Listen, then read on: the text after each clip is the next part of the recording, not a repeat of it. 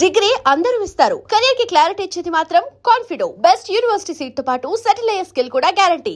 పాడిన చాలా మంది సంగీత దర్శకులు కీరవాణి గారు వాళ్ళందరూ మిమ్మల్ని ఆల్మోస్ట్ ఒక సరస్వతి దేవిలాగా అంటే అంత గొప్పగా మీ పాటని ఆదరిస్తారు, ఆరాధిస్తారు. కీరవాణి గారితో మీ అనుబంధం గురించి చెప్పండి చిత్ర గారు. కీరవాణి గారిని ఫస్ట్ కలిసేది చక్రవర్తి సార్ దగ్గర పాడుతున్నప్పుడు. అసిస్టెంట్గా ఎప్పుడు మాట్లాడరు, చాలా సైలెంట్గా ఉంటారు. అక్కడ మ్యూజిక్ మాత్రం నేర్పించి అలా వెళ్ళిపోతారు.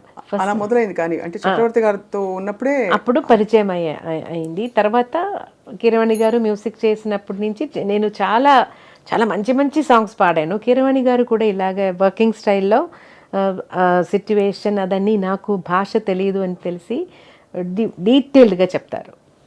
ఒక్కొక్క వర్డ్ మీనింగ్ ఎలా ఉంది దానికి. అది మోస్ట్ ఆఫ్ ద టైం బాలుగారితో సహగం రికార్డింగ్ పెడతారు. ఒక సండే లేదంటే ఏదైనా ఒక రోజు మార్నింగ్ నుంచి ఈవినింగ్ వరకు ఒక 5 ఫిల్మ్స్ సాంగ్స్ అన్నీ ఒకేసారి రికార్డ్ చేసినట్టు అరేంజ్ చేస్తారు. సో అప్పుడు బాలుగారు హెల్ప్ కూడా నాకు వస్తుంది. కీరవాణి గారు కూడా డీటెయిల్డ్గా చెప్పేస్తారు. సో అదొక చిన్న చిన్న ఎక్స్ప్రెషన్స్ ఎలా ఇవ్వాలి. He's also singer no, so he can express, he can help me more. కానీ అన్ని పాటలు అద్భుతమైన పాటలు, అందరికీ అఫ్ కోర్స్ బాగా రికాల్. బట్ ఒక విషయం, కీరవాణి గారి దగ్గర పాడుతున్నప్పుడు మనకు కొంచెం కాన్ఫిడెన్స్ వస్తుంది, ఇస్తూ ఉంటారు. He'll make us more and more comfortable. వేణువై వచ్చాను ఆ పాట నేను ఎప్పుడూ మర్చిపోలేను. ఎందుకంటే ఆ రోజే కీరవాణి గారు సన్యాసం దీక్ష స్వీకరించి వచ్చిన ఫస్ట్ రికార్డింగ్. అప్పుడు నిజంగానే భయం వేసింది. యూజువలీ కొంచెం ఫ్రీగా ఉంటాం కదా, ఆ రోజు he was totally in that సన్యాసి కాస్ట్యూమ్, దండ్ అదన్నీ పెట్టుకొని మెదియడికి ఏం చెప్తారు, పాదుకలు అలా అదన్నీ వేసి స్టూడియోలో ఒక స్వామి, నిజంగానే ఒక స్వామి వచ్చినట్టు అనిపించింది. అప్పుడు చాలా టెన్షన్ వచ్చింది, ఎందుకో తెలియదు. ఆ అట్మాస్ఫియర్ మొత్తం సైలెంట్గా ఒక డివైన్ అట్మాస్ఫియర్. అప్పుడు ఇప్పుడంటే నేను ఆ టైంలో కాదంటే ఇంకా 2 డేస్ తర్వాత ఆ సాంగ్ రికార్డ్ చేశానంటే నేను ఇంకా బెటర్గా పాడి ఉంటాను. అది ఆ టెన్షన్లో నాకు ఇప్పుడు వింటున్నప్పుడు అయ్యో అది ఇంకా కొంచెం బెటర్గా పాడొచ్చు అని నాకు చాలాసార్లు అనిపించింది. అది హైయెస్ట్ నోట్ లాస్ట్లో అది అంటే ఇంత రేంజ్ క్లాసికల్ నేర్చుకునే వాళ్ళకి మామూలుగా రేంజ్ పరిధి కొంచెం నాకు స్టార్టింగ్లో కొంచెం తక్కువ రేంజే ఉంది. పాడడం వల్ల రేంజ్ ఇంప్రూవ్ అయింది. Actually I have to tell you that Rahman గారికి అంజలి అన్నీ పాడుతున్నప్పుడు అదే ట్రయల్. తర్వాత ఏమైందంటే చాలా హై రేంజ్ సాంగ్స్ తీసుకొస్తారు నా కోసం వేరే మ్యూజిక్ డైరెక్టర్స్. ఇది చాలా హైగా ఉంది అని చెప్పి, మీరు అంజలి పాడలేదు, అంతే ఉంది దీంట్లో కూడా అలాగే చెప్పేసి తర్వాత అన్ని సాంగ్స్ చాలా పైన అయిపోయింది నాకు.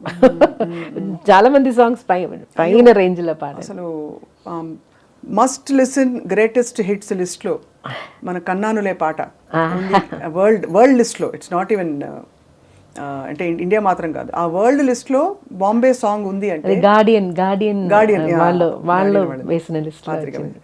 ఎలా అనిపిస్తుంది చిత్రమ్మకి? చాలా సంతోషం.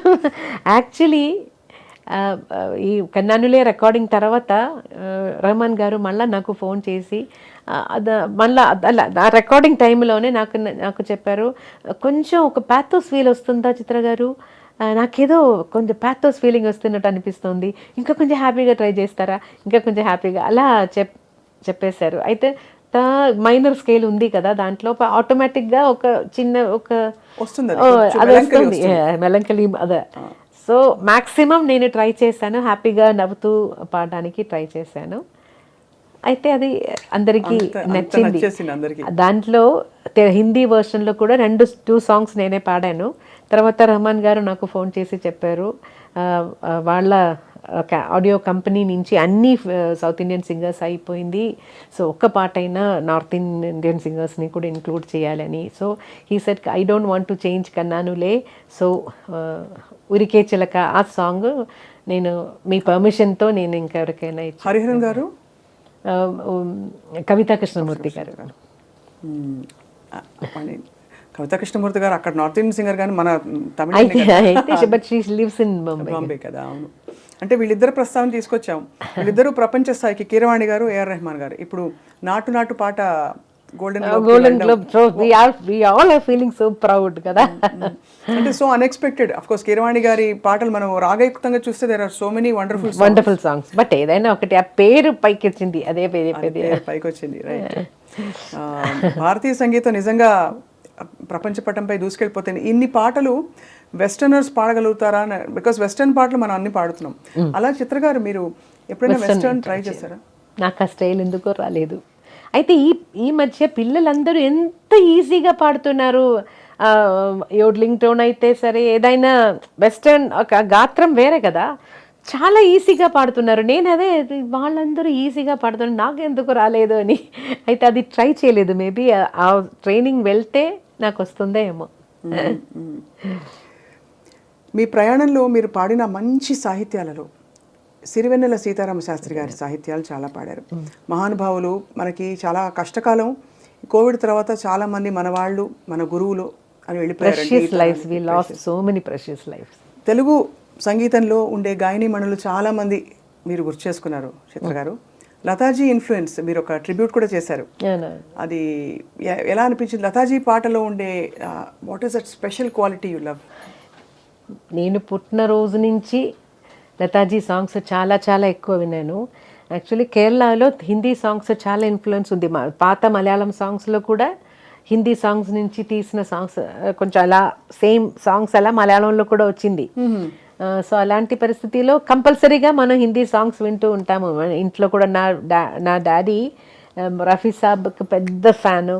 సో అలాగే ఇంట్లో ఆల్వేస్ ఏదైనా హిందీ సాంగ్స్ ప్లే అవుతుంది.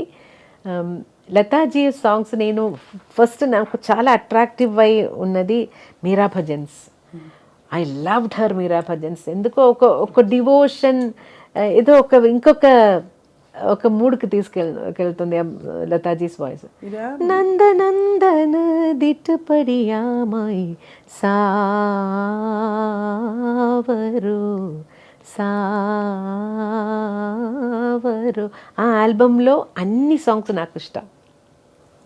కిరు సంగ్ ఖేలు హోలీ ఇందులోనేనా? కాదు, దీంట్లో ఇంకొకటి మాయి మాయి రే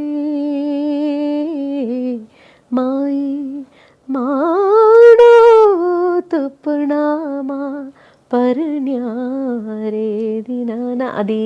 ఇంకొకటి O G Hari neath Gaye